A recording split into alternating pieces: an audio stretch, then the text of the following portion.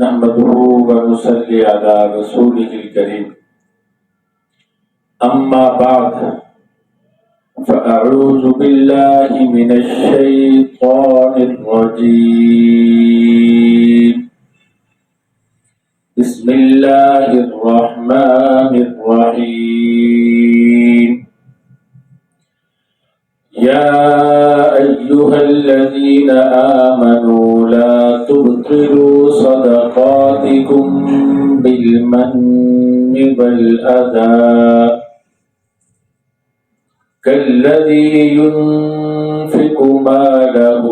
رئاء الناس ولا يؤمن بالله واليوم الآخر فمثله كمثل صفوان عليه تراب فأصابه وابل فتركه صلدا لا يقدرون على شيء مما كسبوا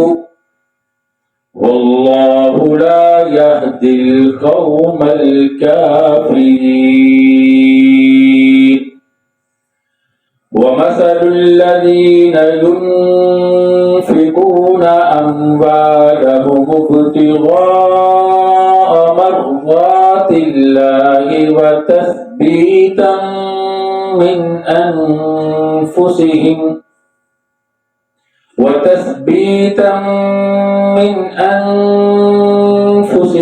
كمثل جنة بربوة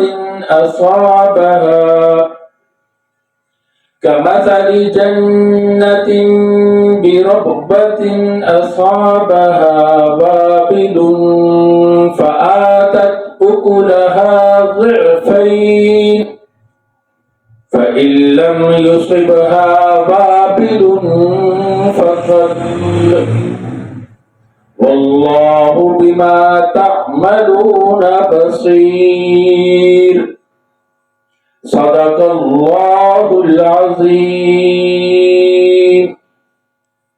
اللہ رب العزت نے ان دو آیت مبارکہ میں صدقہ کرنے والے دو شخصوں کا ذکر کیا۔ ایک وہ جو صدقہ صحیح طریقے پر نہیں کرتا، لوگوں کو دکھلاوے کے لیے کرتا ہے، یا ایسا صدقہ جس کے ساتھ احسان ہے، تکلیف ہے، تو اللہ رب العزت نے فرمایا اس کی مثال ایسے ہے جیسے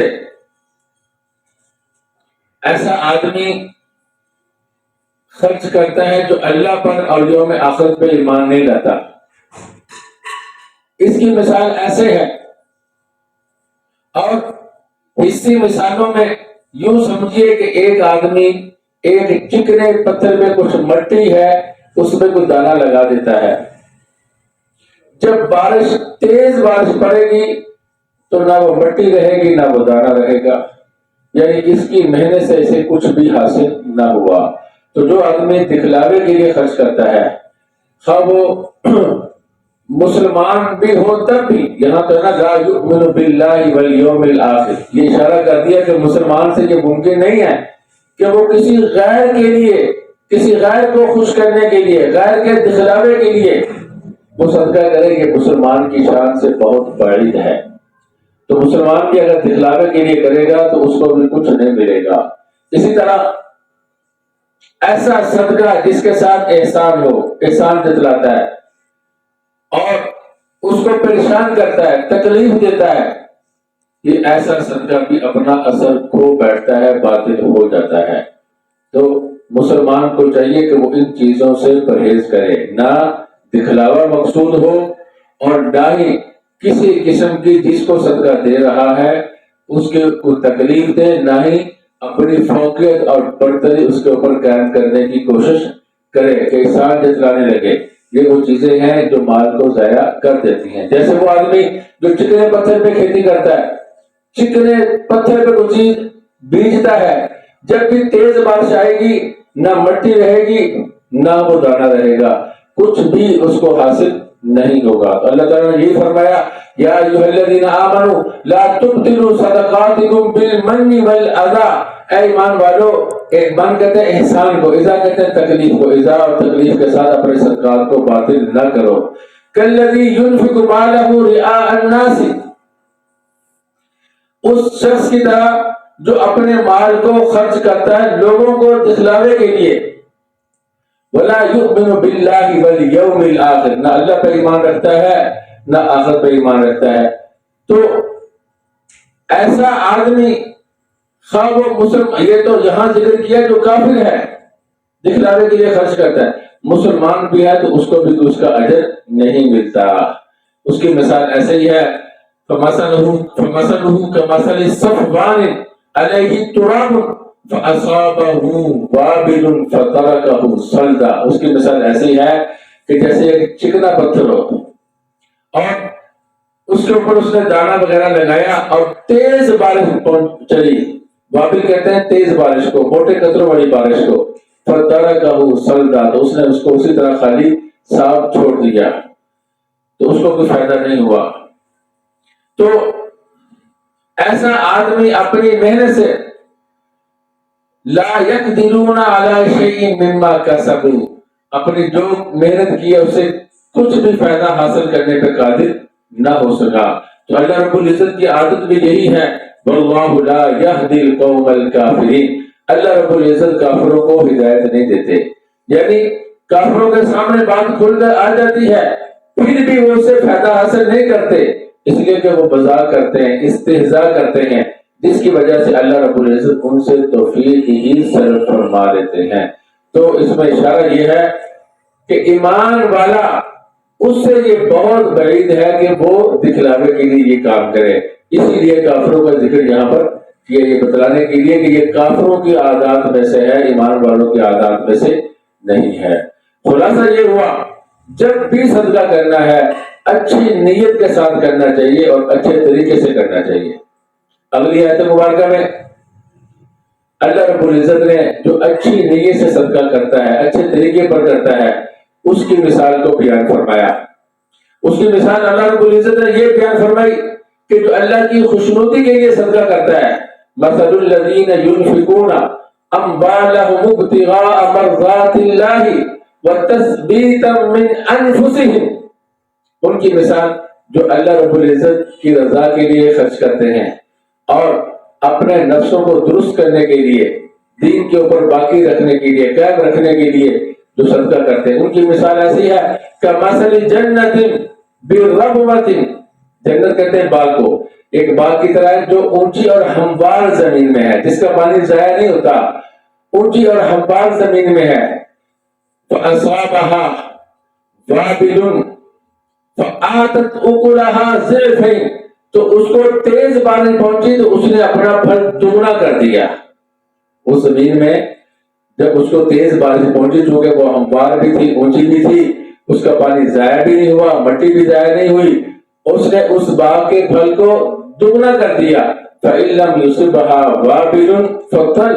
اگر وہاں تیز بارش نہ بھی پہنچے تو ہلکی فوار بھی اس کے لیے کافی ہو جاتی ہے۔ تو جو نیک آدمی ہوتا ہے اس کا صدقہ کسی صورت میں ضائع نہیں جاتا، ہر صورت میں اس کا ثواب ڈبل ہو جاتا ہے، اگر ڈبل نہ بھی ہو تو وہ پھر بھی محروم نہیں ہوتا، اس کو اصل ثواب تو ملتا ہی ہے۔ واللہ بما تعملون بصیر، تم جو کچھ بھی کرتے ہو اللہ رب العزت اس کے بارے میں باخبر ہے، اسے دیکھتا ہے، اسی کے مطابق تمہیں اس کا اجر ملتا ہے۔ ایک آدمی ہے وہ اللہ کے راستے میں صدقہ کرتا ہے، جس طرح اس کی نیت بہتر ہوگی، عمدہ ہوگی، اس کے صدقے کا ثواب بڑھتا چلا جائے گا۔ اگر اور چیزیں نہ بھی ہوں، صرف صدقہ ہی ہو، ایک ہی نیت ہو کہ اللہ کی خوشنودی کے لیے، اللہ کی رضا کے لیے خرچ کر رہا ہوں، تو پھر بھی اس کا ثواب کئی گنا اللہ تعالیٰ بڑھا کر اس کو عطا کرتے ہیں۔ نیت صاحب نیک ہوگی تو اور ثواب بڑھ جائے گا، اور نیت ہوگی تو اور ثواب بڑھ جائے گا۔ اگر خالی نیت بھی ہوگی اللہ کی رضا کے لیے تو پھر بھی اس کا ثواب اس کو بہت ملے گا۔ جیسے اللہ رب العزت نے باغ سے مثال دی ہے کہ اگر تیز بارش پڑ جائے تو اس کا پھل ڈبل ہو جاتا ہے، اگر تیز بارش نہ بھی پڑے پھر بھی اس کے لیے فوار جو ہوتی ہے ہلکی بارش کی فوار وہ بھی کافی ہو جاتی ہے. تو جو کافر ہوتا ہے جتنی بارش تیز پڑے گی اتنا ہی اس کو نقصان ہوگا، کیونکہ وہ چکنا پتھر ہے، اس کے اوپر جو مٹی ہے وہ نہیں ٹھہرے گی، اس کا دانہ بھی ختم ہو جائے گا، مٹی بھی اس کی بہہ جائے گی، اس کو بھی فائدہ نہیں ہوگا. جو ایماندار ہے، جو اللہ پر، جو ہمیں آخرت پر ایمان رکھتا ہے، اللہ کی خوشنودی کے لیے خرچ کرتا ہے، اللہ رب العزت اس کے صدقے کو ضائع نہیں کرتے. اور جو مومن ہے دکھلاوے کے لیے کرتا ہے اس کا بھی یہی حال ہے جس طرح اس کافر کا ہوا. حدیث میں آتا ہے قیامت کے دن ایک آواز لگانے والا آواز لگائے گا، جس نے کسی دوسرے کے لیے صدقہ کیا یا کوئی عبادت کی کسی کو دکھلاوے کے لیے، اللہ فرمائیں گے اس کے پاس جاؤ اور اس سے جا کر اپنا اجر وصول کر لو. اور یہ حدیث بڑی مشہور ہے کہ 3 آدمیوں سے جہنم کی آگ کو بھڑکایا جائے گا، جس میں ایک قاری ہوگا، اسے بلایا جائے گا، اللہ رب العزت اپنی نعمتیں یاد کروائیں گے اور اس عالم سے، قاری سے، حافظ سے کہیں گے تو نے کیا کیا؟ وہ کہے گا اللہ میں آپ کی دین کے لیے کوشش کرتا رہا، آپ کے لیے دین کی تبلیغ کرتا رہا، لوگوں کو دین کی تعلیم دیتا رہا. اللہ تعالیٰ فرمائیں گے یہ سب جھوٹ ہے، تو نے اس لیے کیا تاکہ تجھے لوگ عالم کہیں کہ یہ بڑا عالم ہے، تو وہ تجھے دنیا میں کہا جا چکا ہے، لہذا اب تیرے لیے یہاں کچھ نہیں ہے. اس کو منہ کے بل گھسیٹ کر جہنم میں ڈال دیا جائے گا. سخی کو لایا جائے گا، سخی سے پوچھا جائے گا، اللہ فرمائیں گے میں نے یہ نعمت دی، یہ نعمت دی، یہ نعمت دی، تو نے کیا کیا؟ وہ کہے گا اے اللہ میں نے مال لوگوں میں تقسیم کیا، غریبوں کی مدد کی، مسکینوں کی مدد کی، محتاجوں کی مدد کی، اس مال کو میں نے تیرے بندوں تک پہنچایا، اس کا فائدہ عام دیا. اللہ فرمائیں گے تو اس لیے کرتا تھا تاکہ لوگ تجھے سخی کہیں، اور تجھے وہ دنیا میں کہا جا چکا ہے، آج تجھے کچھ نہیں ملے گا. اس کو بھی منہ کے بل گھسیٹ کر جہنم میں ڈال دیا جائے. شہید کو لایا جائے گا، شہید سے پوچھا جائے گا کہ تجھے یہ نعمتیں دی، تجھے نوازا، تو نے کیا کیا؟ وہ کہے گا سب نعمتوں کا اعتراف کرنے کے بعد کہے گا اللہ میں نے تو اپنی جان بھی تیرے راستے میں دے دی. اللہ فرمائیں گے نہیں، یہ تو نے اس لیے دی ہے تاکہ لوگ کہیں تو بہت بہادر ہے، بہت جدید طاقتور ہے، تو تجھے یہ کہا جا چکا ہے، لہذا اب تجھے بھی یہاں کچھ نہیں ملے گا. اس کو بھی منہ کے بل گھسیٹ کر جہنم میں ڈال دیا جائے گا.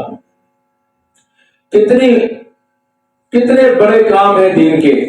جب نیت وہاں بھی خراب ہوتی ہے وہ سارا کا سارا کام تباہ و برباد ہو جاتا ہے. عالم علماء انبیاء کے ورثاء ہیں، انبیاء کے وارث کون ہیں؟ علماء ہیں. علماء کے کلموں کی سیاہی شہداء کے خون کے ساتھ ان کا وزن کیا جائے گا، اس کے ساتھ تولی جائے گی. حدیث میں آتا ہے علماء کی کلموں کی سیاہی شہداء کے خون پہ غالب آ جائے گی. اندازہ کیجئے مگر عالم کا کیا حال ہو رہا ہے، اس کی ساری محنت ضائع ہو رہی ہے اس کی نیت کی خرابی کی وجہ سے. تو نیت کو درست کرنا اتنا ضروری ہے، اور نیت خراب ہو تو کس قدر خطرناک ہے آپ اندازہ کیجیے. اسی طرح وہ جو سخی ہے، اللہ نے جس کو مال و دولت دیا وہ اس مال و دولت کے ذریعے سے دنیا اور آخرت کے بے شمار کام سنوار سکتا تھا. مساجد بناتا اس نے بنائی، مدارس بناتا اس نے بنائے، اللہ کے راستے میں مجاہدین کی مدد کرتا، طلباء کی مدد کرتا، مسافروں کی مدد کرتا، فقراء کی، مساکین کی، سائلین کی، سو وہ کرتا رہا. مگر نیت کی خرابی نے اس کے سارا سرمایہ بھی برباد کر دیا، محنت بھی ضائع کرے گی. اسی طرح شہید اپنا گھر بار چھوڑا، اپنا مال بھی اللہ کے راستے میں خرچ کرتا رہا، اپنی جان بھی، محنت، کوشش، مشقت، حتیٰ کہ اپنی جان بھی اللہ کے راستے میں دے دی، مگر آج اس کو اس کا کوئی پھل نہیں مل رہا. کیوں؟ اس لیے کہ نیت کی خرابی نے اس کی ساری محنت کو ضائع کر دی. تو نیت جو ہے ہر داعی کے لیے، ہر مبلغ کے لیے، ہر قاری کے لیے، ہر نیکی کرنے والے کے لیے، ہر مدرس کے لیے، ہر نیکی کے راستے میں چلنے والے کے لیے سب سے اہم چیز جو ہے وہ نیت کا درست ہونا ہے. اللہ رب العزت یہ نہیں دیکھتے کہ کام کتنا بڑا کیا ہے، یہ دیکھتے نیت کیا تھی، نیت کیا تھی۔ ایک آدمی نے 100 ایکڑ میں مدرسہ بنایا، دن رات وہاں قرآن کریم کو پڑھا جا رہا ہے اور قال اللہ و قال رسول کی آوازیں بلند ہو رہی ہیں، مسائل پہ تحقیق ہو رہی ہے، اجتہاد ہو رہا ہے، لوگوں کی رہنمائی ہو رہی ہے، مگر اگر یہ نیت اس کی خراب تھی تو اس کا کچھ بھی اس کو نہیں ملے گا بلکہ وبال بن جائے گا۔ اگر ایک آدمی ایک درخت کے نیچے بیٹھ کر کسی طالب علم کو پڑھاتا ہے، کوئی بڑا مدرسہ نہیں، کوئی بڑا سسٹم نہیں، کوئی کچھ نہیں، طالب علم کی نیت بھی ٹھیک ہے، پڑھانے والے کی بھی ٹھیک ہے، اللہ تعالیٰ کو دنیا و ما فیہا سے یہ پیارے لگتے ہیں، دنیا و ما فیہا سے یہ دونوں بہتر ہے، اتنا اونچا مقام ہے۔ تو اس لیے اپنی نیتوں کو درست کرنا یہ بہت اہم ہے۔ اس نے اپنی گردن کٹوا لی، نیت خراب تھی، وبال بن گیا، اس کی انگلی پہ زخم آیا ہلکا سا، نیت ٹھیک تھی، اللہ کے راستے میں نماز پڑھنے جا رہا تھا، کہیں انگلی لگ گئی یا پاؤں میں ٹھوکر لگ گئی، تو اس کے پاؤں میں ٹھوکر لگی، یہ نماز پڑھنے جا رہا تھا، نیت ٹھیک تھی، تو اس کا مرتبہ اس سے بدر جہاں بہتر ہے۔ اس لیے ان دونوں آیات مبارکہ کے اندر اللہ رب العزت نے یہی بات وضاحت سے سمجھا دی کہ جو آدمی جس کی نیت خراب ہے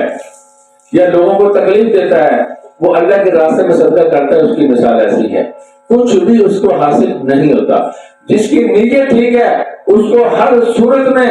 اجر ملتا ہے، اگر بارش تیز پڑ گئی تو پھل دگنا ہو گیا، اس کا اجر بڑھ گیا، اگر بارش ہلکی پڑی، اس کی فواری پڑی، تو اس کا باغ پھر بھی خراب نہیں ہوگا، اس کے لیے اتنی نمی ہی کافی ہے۔ جس کی نیت ٹھیک ہو اس کا کوئی بھی عمل کسی بھی صورت میں ضائع نہیں ہوتا۔ دعا کیجیے اللہ رب العزت ہمیں اپنی نیتوں کو ٹھیک کرنے کی توفیق عطا فرمائے۔ وآخر دعوانا ان الحمد للہ رب العالمین۔